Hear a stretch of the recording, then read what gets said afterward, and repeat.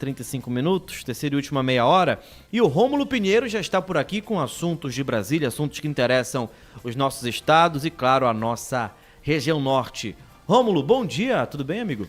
Muito bom dia, Max Souza, e um abraço para o meu amigo Salgado Neto lá em Macapá. Abraço, meu amigo, tudo bem? Tudo bem, Como é que foi as festas de fim de ano aí? Foram muito boas, vejo que você tá de amarelo hoje, para trazer dinheiro esse ano, tá bem abençoado aí, né? Os amarelo todos os dias, inclusive. Muito bem, vai ser um milionário, né? Mas a Mega não veio, né? Então estamos aqui trabalhando. O pior é que era meu plano A, né? Não tava nos meus planos perder na Mega da Virada. Também Tava não. fazendo muita coisa já com esse dinheiro, infelizmente. Mas vamos lá, Rômulo. Nosso primeiro assunto, a pauta de costumes no Congresso Nacional e a pressão da bancada evangélica para 2024. O que você tem aí para trazer para a gente?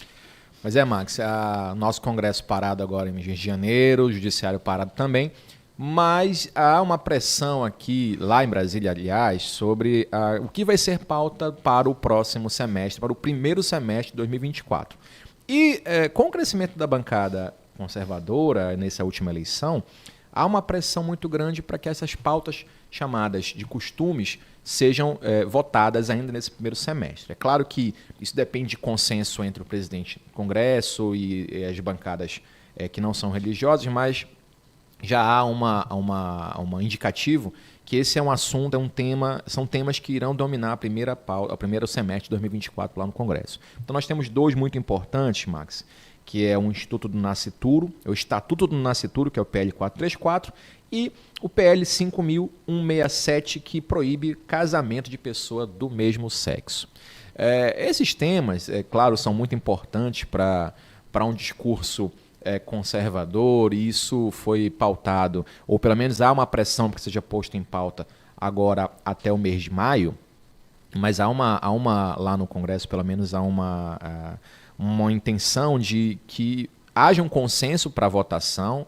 O grande problema, Max, e aqui que a gente traz, na verdade, são os argumentos utilizados para botar em pauta esses assuntos. Então, nós temos um Estado laico aqui no Brasil, mas os fundamentos para colocar em votação... Na teoria é laico, né? Na teoria é laico, mas, por exemplo, a gente até pegou aqui o fundamento de do projeto 5167, diz o seguinte: Deus nos criou e designou o casamento e a família como a mais fundamental das relações humanas. Então você vê que, apesar de muita gente concordar, e claro, a gente muita gente defensor da família, dos bons costumes, isso é uma pauta importante para a sociedade, mas esse tipo de argumento não pode ser utilizado para fundamentar uma questão jurídica. Então nós temos aí pessoas que não têm religião.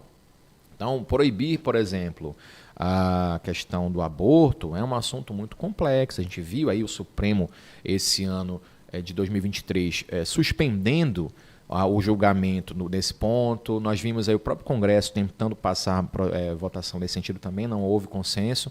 Mas o que se discute, na verdade, é essa frente parlamentar, essa frente dita conservadora, que traz essa argumentação religiosa como fundamento para esse tipo de votação. Então, por exemplo, ao dizer que as pessoas do mesmo sexo não podem casar, e isso é um projeto de lei, né, 5.167, então se diz que Deus criou o homem e a mulher e está no projeto, viu? Deixar bem claro isso. E que em razão disso não pode haver nenhum outro tipo de união que não seja homens e mulheres. Então a discussão que se traz, na verdade, e aí daí a importância até da gente discutir isso no ambiente público, é compreender que esses posicionamentos ditos religiosos, numa bancada em que se vai fazer um discurso ou no Congresso, isso é até razoável, até porque quem vota nesse tipo de representante quer ver as suas pautas lá representadas. Então tem a ideia de proibir esse tipo de situação ou outro do tipo. O problema é quando isso excede o discurso, que já é muito grave de alguém dizer que, e aqui é a opinião desse que você está comentando, já é muito grave dizer que as pessoas não podem casar porque são do mesmo sexo. Isso, na minha concepção, já é grave por si só. Mas a gente compreende que cada um tem um ponto de vista e defender no Congresso Nacional que alguém não possa ter uma união com uma outra porque tem o mesmo sexo, em que pese ser um posicionamento anacrônico, mas sim compreende que é do jogo político, argumentar e fazer, né, discurso nesse sentido. O grande problema é quando se usa esse tipo de argumentação na propositura desses projetos de lei. Que aí você está juntando um argumento que não é jurídico num projeto normativo, ou seja, transformar algo em lei. Um argumento que não tem base na Constituição. Ou seja, você não pode levar isso num caráter religioso. Fala, Salgado. É porque a palavra, ela tem um peso muito forte, né? Que é o casamento. Quando essa discussão surgiu, ela foi muito além do que um casamento em si, mas resguardar aquelas duas pessoas que vivem juntas, escolheram viver juntas há muito tempo, para elas terem amparo legal, caso uma delas morra, ou até na plano de saúde. Tem um bocado de coisa aí que está em jogo, e não o casamento em si, aquela questão mais religiosa, que isso lei nenhuma pode obrigar igrejas a casarem pessoas do mesmo sexo. Esse é o principal esclarecimento, Salgado, que a gente tem que trazer aqui a público, porque a ideia da proibição, e o projeto vai nesse sentido, é proibir qualquer tipo de união, e aqui a gente fala em união, não é nem casamento. Então é muito perigoso esse tipo de situação, porque é um resguardo que a pessoa tem, Max, de poder ter a previdência social, de poder ter acesso a um patrimônio que construiu em conjunto com a outra pessoa durante muitos anos. E isso não tem nenhum resguardo se um projeto desse eventualmente for aprovado. Mas a gente sabe que, do contexto político, é natural que se levem essas pautas lá no Congresso, porque você tem aí setores mais conservadores que entendem que o casamento, e aí a palavra que o Salgado usou é muito importante, que é o casamento que deve ser proibido, essas uniões não deveriam ser protegidas, porque parte do princípio de que elas, desde o início, não podem ser constituídas, Max. Então, se não pode desde o início, então não vai ter nenhum reflexo jurídico. É esse argumento jurídico que se usa lá para esse tipo de situação. E é claro que o Estado, sendo um Estado laico aqui no país, não se pode estabelecer nenhum tipo de argumentação ou fundamentação para criar uma norma com base em argumentos que não sejam jurídicos, ou seja, argumentos essencialmente religiosos. Eu acho que falta muito quem iniciou esse projeto, quem pensa nessa questão, quem é contra, quando eu falo aí nos nossos representantes, eu acho que falta pauta, hein? Falta pauta, porque assim, eu sigo com o meu pensamento. Quem deve aceitar ou não o casamento é quem foi pedido em casamento. Não é a gente, não é o político, entendeu? E eu falo isso porque a gente correu atrás, eu corri atrás de conhecer o que era o amor entre duas pessoas do mesmo sexo. Porque assim, no primeiro contato que eu vi duas pessoas se beijando do mesmo sexo, eu perguntei, né, para uma pessoa que ali era minha responsável no momento, não vou citar aqui, olha, o que está acontecendo? Eu era muito garoto mesmo, acho que tinha uns 7, 8 anos. E não me explicaram. Era para terem dito, são pessoas que se amam, estão ali e tal, tudo direitinho. Não, estão fazendo besteira. Então a gente vai criando já, tentando reproduzir o preconceito. Isso reflete até nas pessoas adultas. Isso está refletido num congresso. Eu não consigo, assim, enxergar com, caramba, que pauta desnecessária. Eu não consigo enxergar só isso. Eu consigo enxergar mais além. Acho que tem muita coisa a se fazer pelo Brasil, ao invés de ficar pensando nisso e ser contra o casamento homoafetivo. De verdade, é revoltante. Eu acho que a gente está caminhando para trás novamente. A questão central é pensar naquilo que é delimitado. O próprio termo costumes já foi até abolido da legislação penal que existia, sabe? Existiam crimes contra os costumes, Max.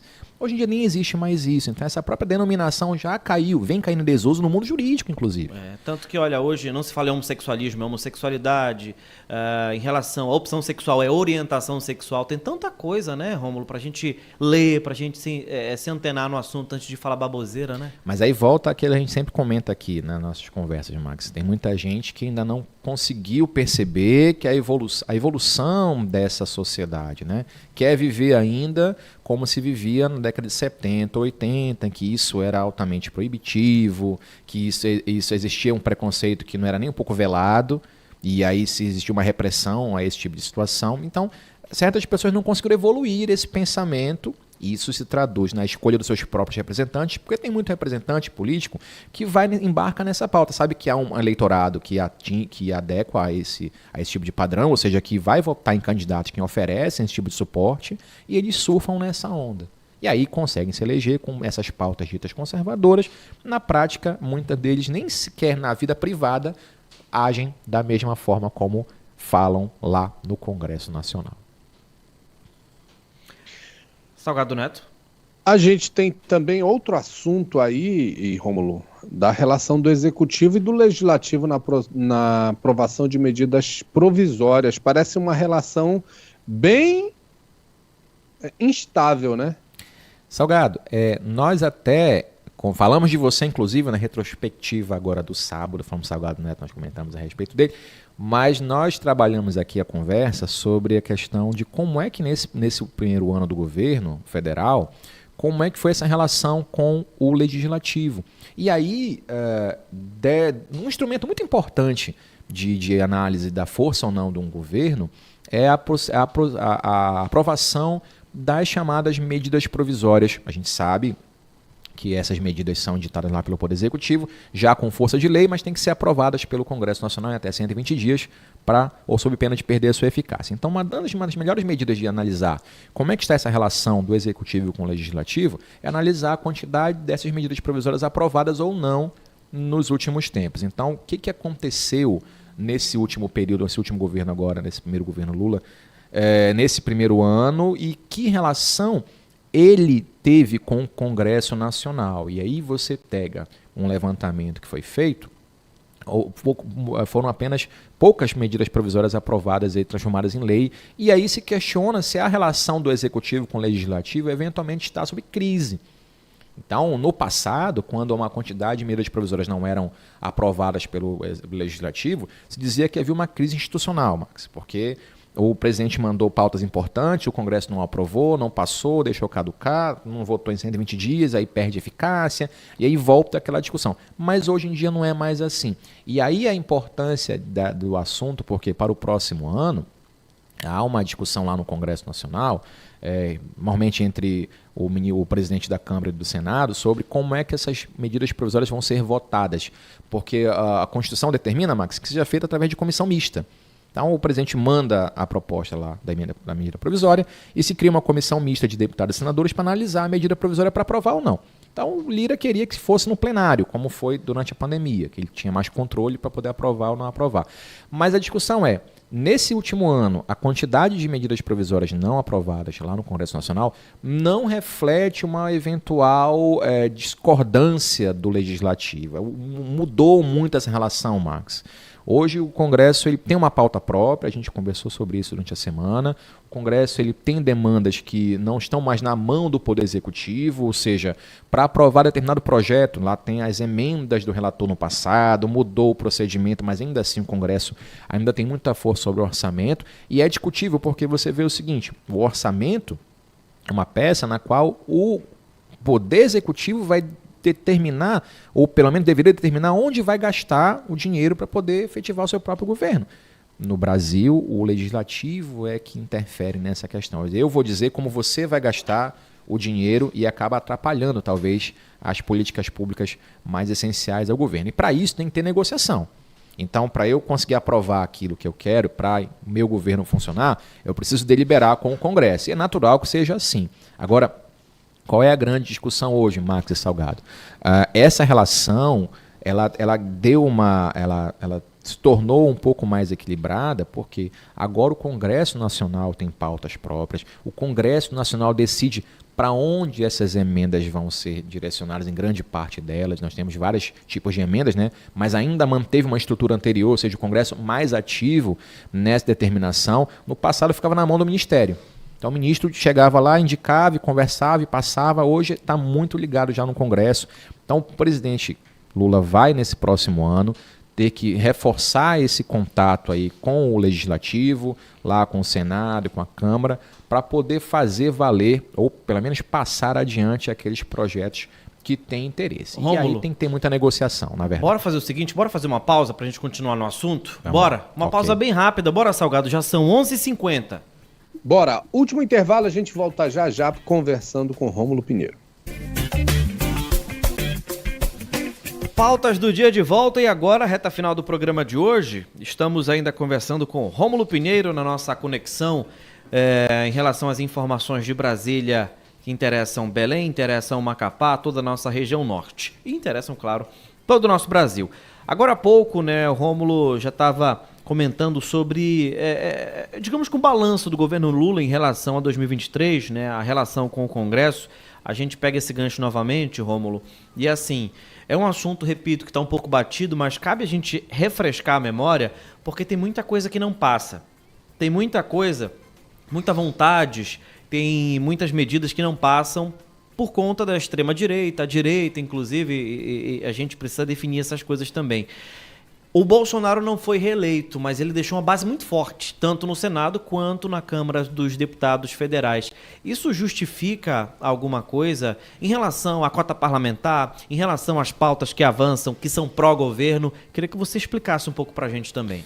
Pois é, Max, até porque no mundo ideal é até natural e até sadio que esses poderes sejam equilibrados. Então você tem um governo de uma orientação X, ideológica, e um Congresso um pouco diferenciado, que é para fazer esse contrapeso, senão passa tudo que uma parte só quer e aí não tem esse diálogo, né? Então, em tese, no mundo político, é razoável, até saudável que haja isso. Não nos casos extremados, que a gente tem visto isso, né? A extrema-direita e extrema-esquerda, enfim, em geral, esses casos extremados, acabam desequilibrando essa relação. Mas, o que acontece é o seguinte, é que, em razão dessa consolidação desse movimento mais conservador dos últimos anos, de fato tem tido um pouco mais de dificuldade o governo que teve no passado. O famoso presidencialismo de coalizão, que se usou muito no passado, vem sendo feito atualmente também, mas isso... Mas não tem funcionado muito não, né? Exatamente, Salgado, em razão desse protagonismo maior que o Legislativo vem conseguindo nos últimos anos. Não dependendo tanto assim como foi no passado. Você viu no último governo, por exemplo, nos últimos 4 anos, nós tivemos um protagonismo muito grande do Arthur Lira. Ele praticamente governava o país aí, o presidente era ali um chefe de Estado meramente.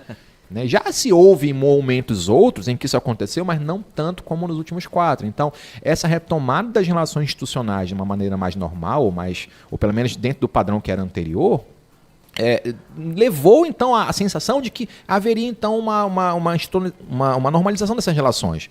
Mais ou menos, porque não é bem assim hoje. Como é que é hoje? Nós temos aí um Congresso mais forte.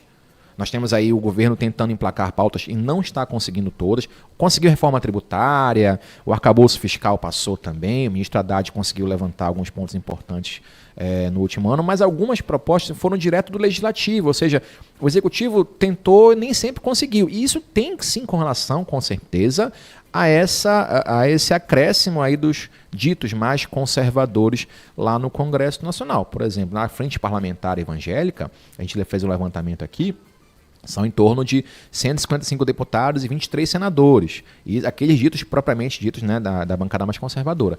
Muitos outros, Max, aqui acabam surfando na onda, sabe? Ele se diz aí mais conservador, mas aí vota do jeito que quer, ou vota do jeito da conveniência dele. Tem gente, né? que na eleição passada era extrema-direita, agora não, sempre fui do centrão. Tem muito assim, né? Porque eu vou, todas as quartas-feiras a gente vai remontar a nossa velha e batida frase. Lá em Brasília, se troca de meia sem tirar o sapato, meu amigo. Então, lá os costumes, a política, já dizia um antigo político mineiro, que a política é como as nuvens do céu, né? Sempre está em constante movimentação. Então, essa questão de alguém dizer que era da extrema-direita agora não é mais do centrão, isso é natural e sempre foi assim em Brasília. O que acontece é que esses movimentos mais conservadores se organizaram mais e estão aí sim emperrando pautas do governo federal. Há quem diga que isso é uma questão política, e de fato o jogo político se transforma nisso em geral. O que não pode acontecer é aquela contestação de maneira desenfreada, ou seja, a oposição a tudo que vier de lá, que é só para atrapalhar o governo federal. Então, isso, de fato, precisa ser melhor trabalhado lá no Congresso Nacional. Mas a gente sabe que na qualidade dos nossos representantes, independente do espectro político, você vê aí gente de esquerda, de direita, enfim, cometendo as atrocidades que a gente já está acostumado a ver. E aí você vê gente com rachadinha da esquerda, da direita, você vê gente fazendo aquilo que a gente não queria mais ver e infelizmente continua. E volta aquilo que a gente comentou no início da nossa conversa, tendo essas outras pessoas de lado também, levantando questões religiosas para atravancar. A questão da proibição de uniões homoafetivas é clássica. Você vê uma questão retrógrada muito grande, atrapalhando, prejudicando pessoas que, na verdade, como o Salgado até estava comentando, não é a questão de casamento, é união, é diferente. Né? E só que esse congresso é apenas um reflexo de grande parte da nossa população que quer ver, viu, Max? E Salgado, só para fechar esse raciocínio, não somente quer ver, como é o espelho daquilo que vota. As pessoas têm essa perspectiva, sim, querem ver representantes defendendo essas causas, sim, e isso reflete nessa resposta que o Congresso vem dando nessas pautas ditas de costumes, como se nós não tivéssemos problemas suficientes para trabalhar no país. E eu vou discutir agora se A ou B pode ter um relacionamento ou não, quando isso deveria ser de caráter unicamente privado. Infelizmente é assim. Gente, é isso mesmo. Infelizmente é assim. Rômulo, muito obrigado, viu, nessa quarta-feira, tá aqui com a gente. O recesso termina quando? O recesso do Rômulo. Recesso do Rômulo acaba agora dia 20 de janeiro, né? Que eu tô tentando. Tá igual um recesso parlamentar, não tá não? Mas aí a lei diz que é assim, tem que ter um descanso, né? As pessoas têm que descansar uma vez no ano, pelo menos, né? Então a gente tá aqui até final de janeiro. É importante, certo, Salgado? Você é um rapaz importante também em Macapá, que eu sei. Então, celebridade, hein? Celebridade em Macapá. Menos, pessoal, menos. Mas até final de janeiro estaremos por aqui, com certeza. Todas Perfeito. as partes. Amigo, obrigado mais uma vez pela participação. Ótima quarta, tá bom? Eu que agradeço. Forte abraço. Até a Valeu, Rômulo. Um abraço. Até mais. Salgado Neto.